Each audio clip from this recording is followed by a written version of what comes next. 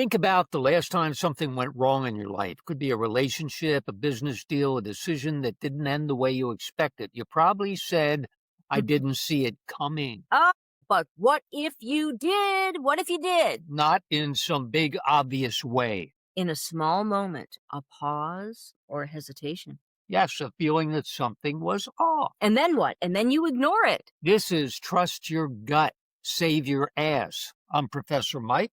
Hey, I'm Dr. Nick. Real neuroscience, life or death stakes, zero guesswork. Today we're talking about the moment you are missing and why it keeps costing you your ass. And we're going deep because this isn't just about one bad decision. This is about a pattern you've been running your entire life.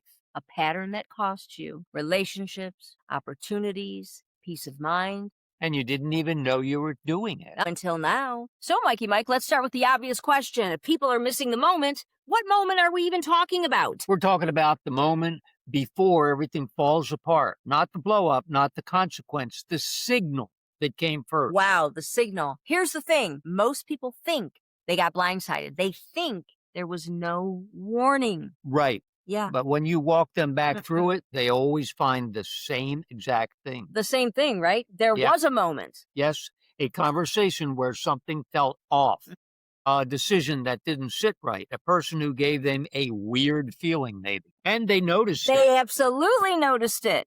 But then they told themselves, well, I'm overthinking this. It's probably just nothing. I don't want to ruin this. No doubt. And then they move forward anyway. So really, the question isn't whether the signal was there. The question is why they didn't trust it. Oh my gosh. First off, they don't even know it's there. And then because trusting it would require them to do something. Exactly. It would have required a confrontation, a boundary, a decision they did not want to make. Self-responsibility, So instead they rationalize it away. They override that signal. I know. And then 6 months later, they're sitting in the wreckage going, how did I not see this coming? But the truth is you did see it. You just didn't act on it. Here's what makes this so insidious. People think this is normal. Yes, they think everyone does this. And they think it's just part of being human, making mistakes, learning lessons. But it's not. It's a learned behavior. Learned behavior. You weren't born ignoring your gut. You were taught to. And we're going to talk about how that actually happened. But first, we need to establish something very fundamental. Oh my God, what's that? The signal is real. It's absolutely real. It's not woo-woo. No. It's not mystical. It's not some vague women's intuition nonsense. Nope. No. It's actually neuroscience. Yep. It's your nervous system doing exactly what it's designed to do. Reading the environment, detecting threats, keeping you alive. And when people dismiss it as just a feeling, they're dismissing millions of years of evolutionary survival machinery. Which is absolutely insane when you think about it. I know, right? Completely insane. All right, we're going to do something different here. We're going to walk you through your own life.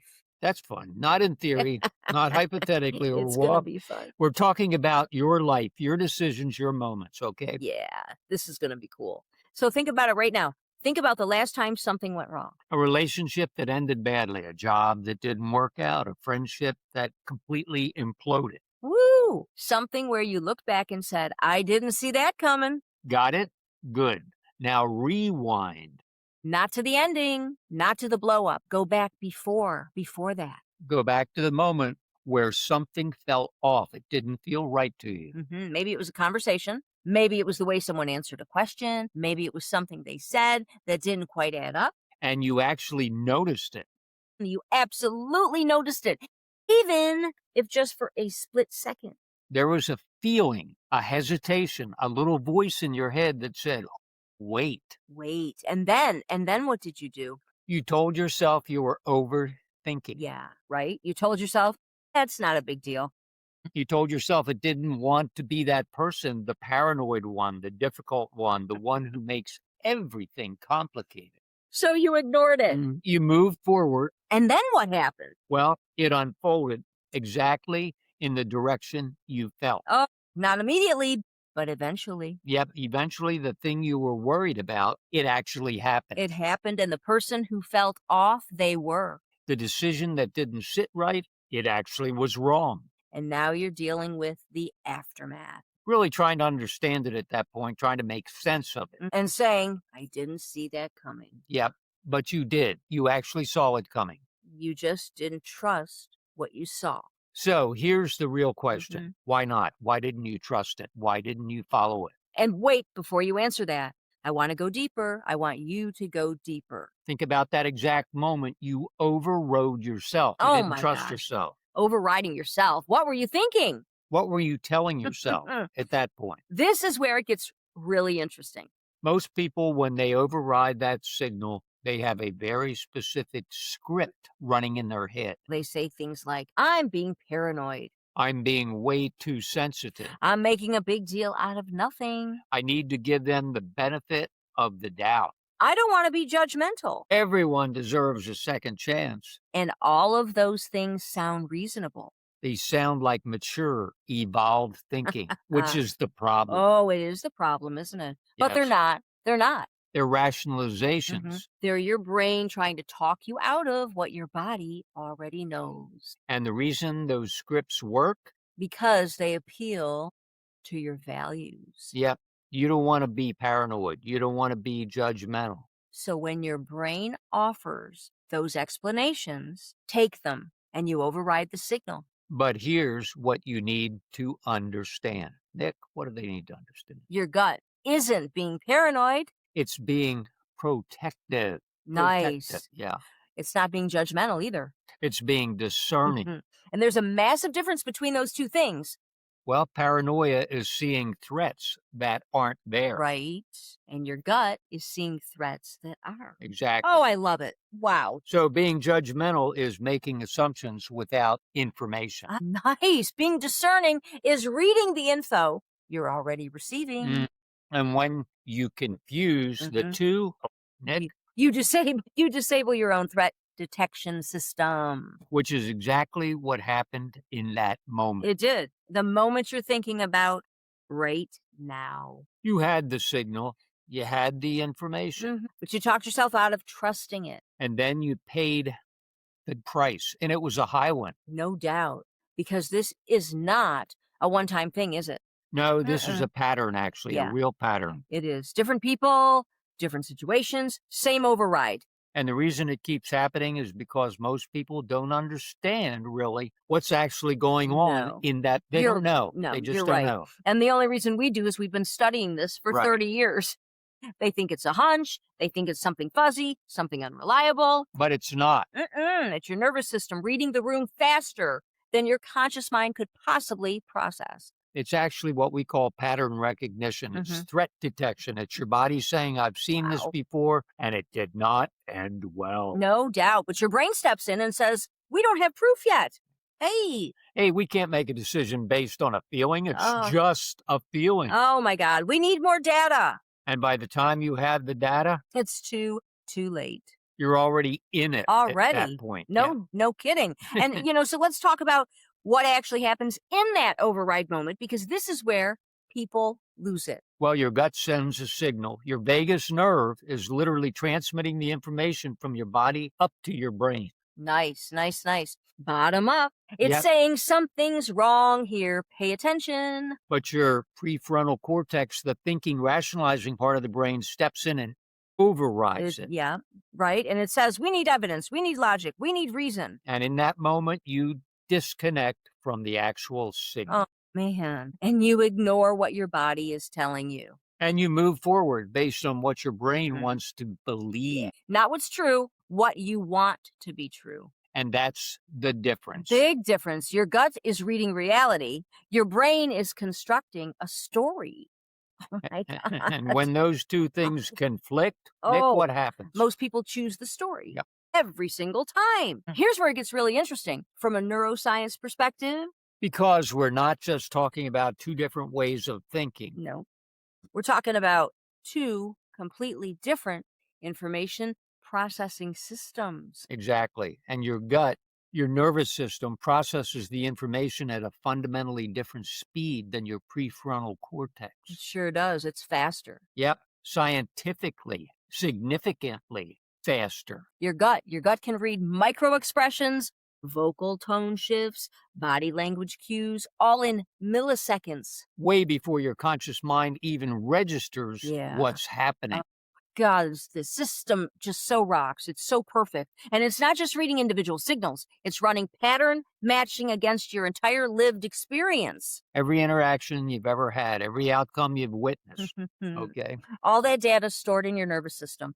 And when your gut encounters a familiar pattern, what Fires a warning. and that's boom. But your prefrontal cortex doesn't have access to that database at all. It can't see that pattern. It only sees the current moment. Yeah. So it looks logical, provable reasons to justify the feeling. And when it can't find them, what happens, Nick?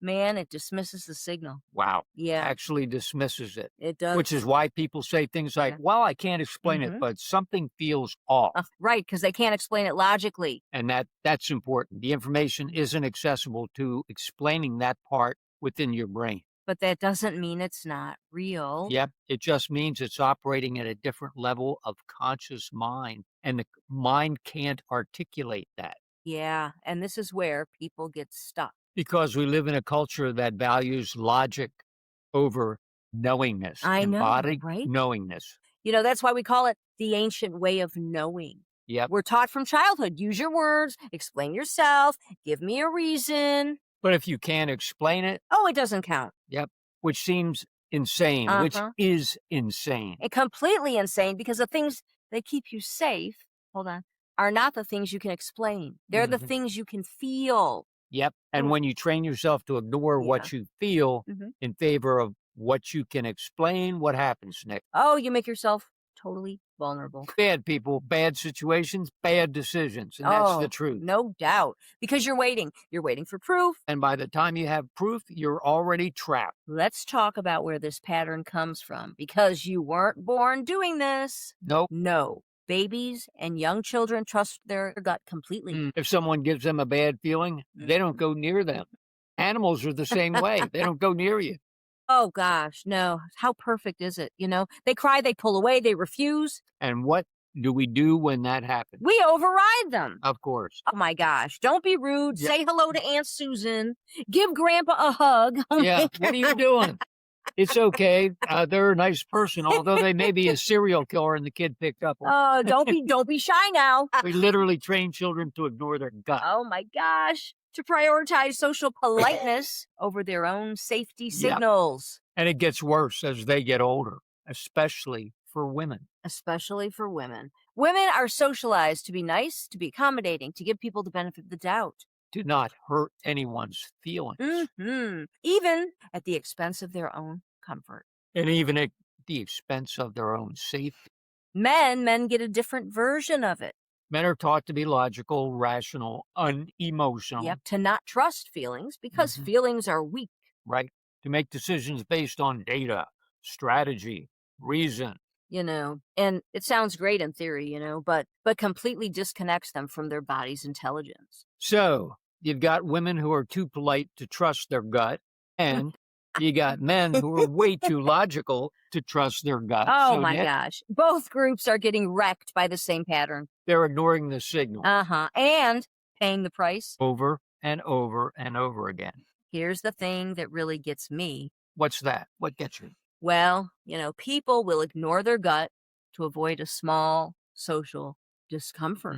And then endure massive actual harm as the result of Yeah. ignoring it. They stay in a bad relationship for years because they don't want to hurt someone's feelings. They stay in a relationship for years because the kids are young. Let's wait till they turn 18. Let's wait till they grow up. They'll keep a toxic employee because they don't want to have an uncomfortable conversation with Yes. them. They'll ignore red flags in a business deal because they don't want to seem difficult. And then they're shocked when it blows up in their face. Boom. And it does. It does. But the math doesn't work.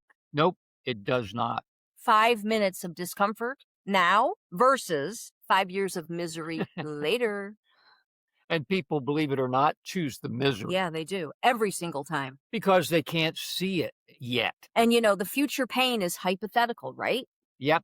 The The current current, oh, Yep, the current social discomfort is real. And in other words, they optimize for the immediate comfort, yeah, for sure. And sacrifice the long-term outcome every time. which brings us to something critical. Well, what's that?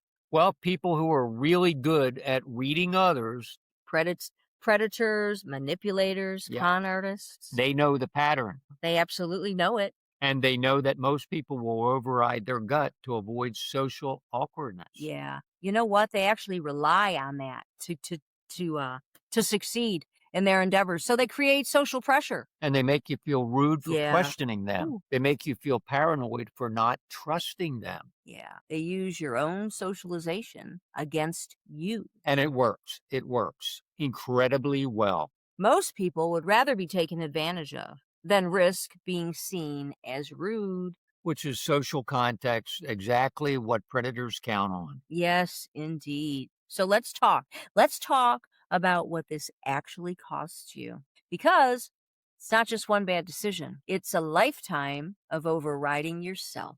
It's staying in relationships way too long, and it's saying yes when you should have said no. Yeah. It's giving people the benefit of the doubt when your gut was Mm. screaming not to. And every time you do that, you teach yourself not to Yeah. trust Yeah. the signal. Yeah, we've undone this. Everyone, our whole lives. You weaken the connection, man. And next time it happens, the signal is quieter, quieter, quieter. It's easier to ignore. Eventually, you can't hear it at all. No, The no. volume's turned off. Way, way off. And that's when people come to us and say, "I don't even know what I feel anymore. I can't trust myself. I don't know how to make decisions." And the truth is, they never lost the signal. Nope. What happened to them? They trained themselves not to listen. But there's another cost that people don't talk Mm. about. What is that? Well, it's the energetic cost. Exactly. Oh, it's huge, isn't it? Hey, when you're in a situation that your gut knows is wrong, Your nervous system is constantly firing stress signals. yep, you can feel it. Your body is in a low-level state of alarm. Yeah. Ooh. You're producing cortisol, your heart rate variability drops, your digestion shuts down, you're exhausted all the time, and you can't explain why. So, because consciously you've convinced yourself Mhm. everything is just fine. Oh, but your body knows it's not. And that's the disconnect. Between what your brain is telling you, what your body is experiencing, that's what creates the chronic stress, Yep. the anxiety that won't go away, The insomnia. the gut issues. Yep. The brain fog. All of it is your body trying to get your attention. Hello, hello. Trying to really tell you we're not safe here. But you keep overriding it. You keep telling yourself you're fine. And your body keeps breaking down. Yeah, until eventually it forces you to pay attention. Yep. Every time. Mhm. Through illness, through breakdown, through crisis. And then you're forced to deal with it. Yeah. And, in not so comfortable ways. And by then, the cost is massive. Yep. And you've lost literally years. You've lost them. Yes, lost years, damaged your health, Yep. exhausted your relationships, all because you didn't trust the signal. Didn't trust yourself. No. All because you thought you Yeah. needed proof. Yeah. You needed proof. And here's what people really need to understand, Mike. Yeah. Your Yeah. body is the proof. The proof. Your nervous system is giving you the data that you need. It's real. It's measurable. It's physiological data. It's just not in a format your conscious mind recognizes. Yep. It comes as sensations, and that's different. Yeah, it doesn't come as thoughts or logic. Yep. Tightness in your chest, knots in your stomach, they're signals They that you're are. missing. Restlessness, fatigue, irritability, that's the signal. And when you learn to read it, you don't need external proof. You have internal knowing, hence the ancient way of knowing. And that changes everything. And so the question really is, how do you get it back? You stop overriding. You stop Oh. waiting for proof and stop needing a logical reason to trust what you feel. Yep. Yeah. Because the signal doesn't show up with a PowerPoint presentation, all right? Oh, wouldn't that be nice? It Yeah. shows up as a feeling, a Yeah. Yeah. hesitation, a knowingness Mm. inwardly. You know it.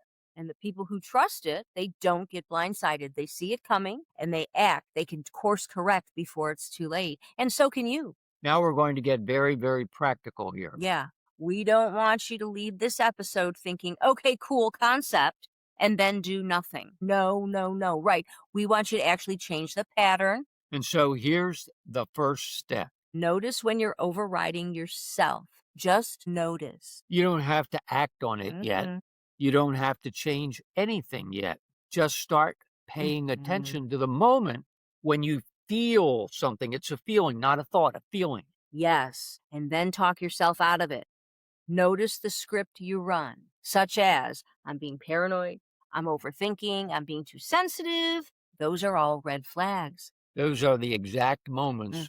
where you're about to override the signal Yeah. once again. Yeah.